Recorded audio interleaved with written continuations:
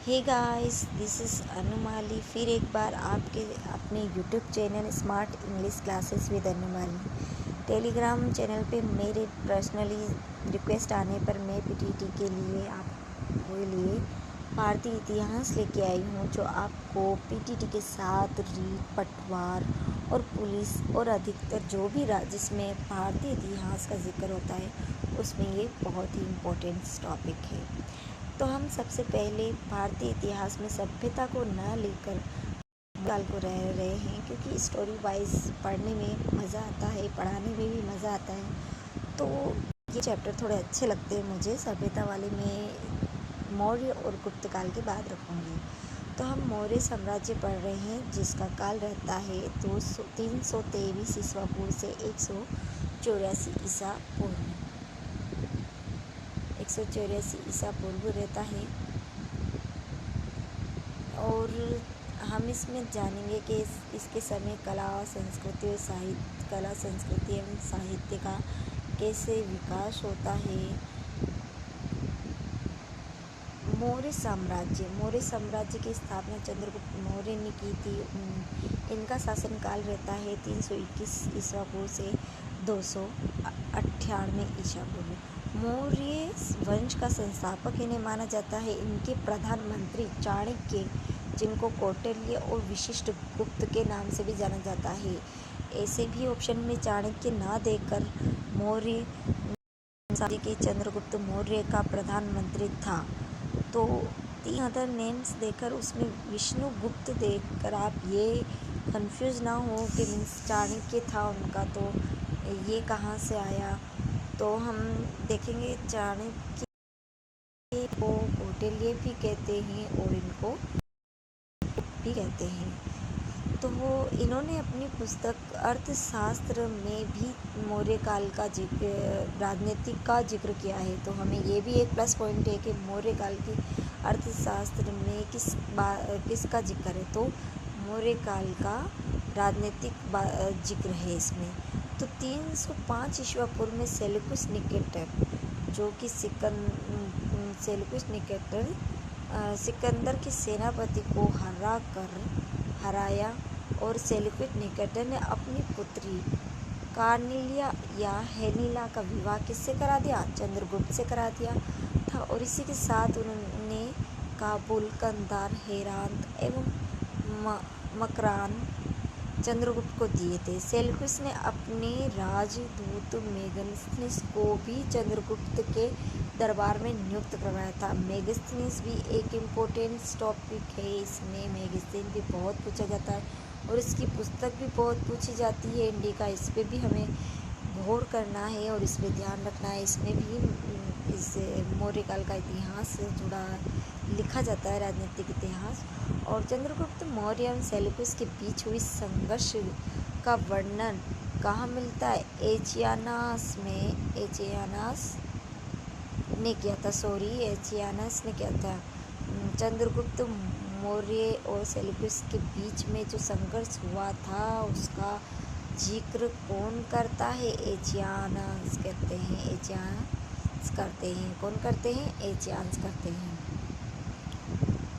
यूनानी इतिहासकारक स्टेबो भी बहुत इम्पोर्टेंट है हमारे ये मौर्य काल में, या फिर इतिहास में भी लो तो स्टेबो का बहुत महत्वपूर्ण रहा है। स्टेबो ने क्या कहा है, मध्य में संधि हुई की जानकारी देता है। स्टेबो ने जानकारी देता है प्लूटो के अनुसार चंद्रगुप्त ने सेल्यूकस को, अब किसके अनुसार ये भी ध्यान रखना, प्लूटोर के अनुसार चंद्रगुप्त ने सेल्यूकस ने क्या दिया, ये तो हमने ऊपर पढ़ लिया कि सेल्यूकस ने अपनी पुत्री हेलेना का विवाह करवाया, काबुल, कंधार, हेरात वगैरह दिया और मेगस्थनीस को राजदूत भी बनाया उसके दरबार में। तो चंद्रगुप्त ने उसको 500 हाथी उपहार में दी।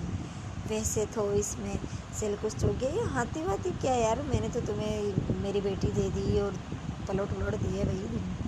तो वो कुछ नहीं, बस मैं ऐसे ही चिल कर रही हूँ, आपको थोड़ा लाइन सही करने के लिए आपकी। हाँ, तो चंद्रगुप्त मौर्य ने जैन गुरु भद्रबाहु से जैन धर्म का शिक्षा ली। अब ये भी आपके एक क्वेश्चंस बनता है यहाँ पे कि चंद्रगुप्त मौर्य का गुरु कौन था? भद्रबाहु, जिससे उन्होंने क्या ली थी? शिक्षा ली थी। और किसकी? जैन धर्म की। जैन धर्म की शिक्षा ली थी इन्होंने। जैन धर्म की शिक्षा ली चंद्रगुप्त। जैन धर्म के का अनुयायी हो जाता है उनसे शिक्षा दीक्षा लेने के बाद। और चंद्रगुप्त ने अपना अंतिम समय कहाँ बिताया? अंतिम समय कहाँ बिताया ये भी अपने, मैंने वैसे भी वही जो पॉइंट्स लिखे हैं जो आपने क्वेश्चंस बनते हैं और पिछली एग्ज़ाम्स में क्वेश्चंस बने हुए उन्हीं का मैंने लिया है। स्वर्ण बेलगोला नामक स्थान पर जाकर उन्होंने अंतिम समय बिताया। और 298 ईस्वी में चंद्रगुप्त मौर्य ने चंद्रगिरी पहाड़ी स्वर्ण बेला, कौन सी पहाड़ी? चंद्रगिरी पहाड़ी स्वर्ण बेला में सलेखना द्वारा प्राण त्याग दिए। सलेखना, ये भी इम्पोर्टेंट है। सलेखना से अपने प्राण त्याग दिए। फिर नेक्स्ट अपने आता है चंद्रगुप्त का बेटा बिंदुसार। 298 ईस्वी पूर्व से 277 ईस्वी तक इसका शासनकाल रहा था। यूनानी इतिहासकारों ने इसे अमित्रोकेटिस या अमित्रघात कहा है। यूनानी दार्शनिक ने, आप देख लेना है आपको कि यूनानी दार्शनिक ने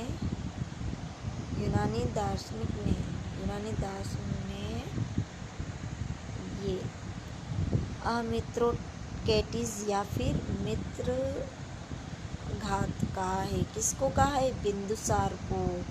आप चंद्रगुप्त कराओगे वहाँ पर, क्योंकि आपको पता है चंद्रगुप्त बड़ा शक्तिशाली और ये स्थापित ना करने वाला, इसलिए चंद्रगुप्त नहीं करके आना है। जबकि उसमें अपना राइट आंसर होगा ये अपना बिंदुसार, है ना।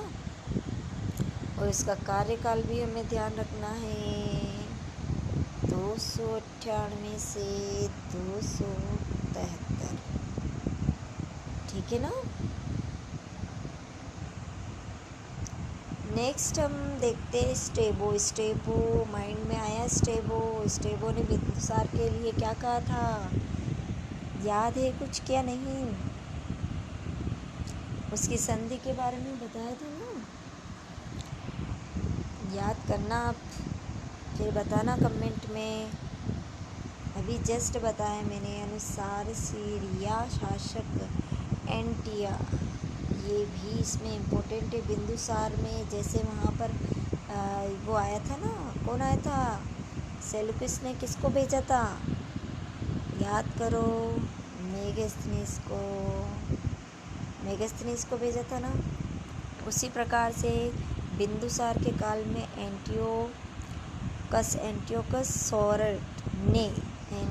सोरेस ने किसको भेजा था? डाईमेकस को। किसको भेजा था? डाईमेकस को, ठीक है। देखो इसका एक ट्रिक बताती हूँ कि बिंदु आंटी डायनसी, बिंदु आंटी डायनसी, ठीक है। तो बिंदु से बिंदुसार, आंटी से एंटियोकस और डायसन से डायमेक्स। याद रह जाएगा। मैं फिर से अच्छे से लिख देती हूँ। बिंदु, ये आंटी ऐसे होता है, हम इसको ऐसे मानेंगे। आंटी बिंदु आंटी डायनसी। बिंदु आंटी कैसी है? डायनसी, है ना। तो बिंदु आंटी डायनसी, तो हमारा क्या हो जाएगा कि बिंदुसार के काल में एंटियोकोसोरस ने डायमेक्स को भेजा था। किसको भेजा था? डायमेक्स को, ठीक है ना, नामक एक राजदूत को बिंदुसार के दरबार में भेजा था।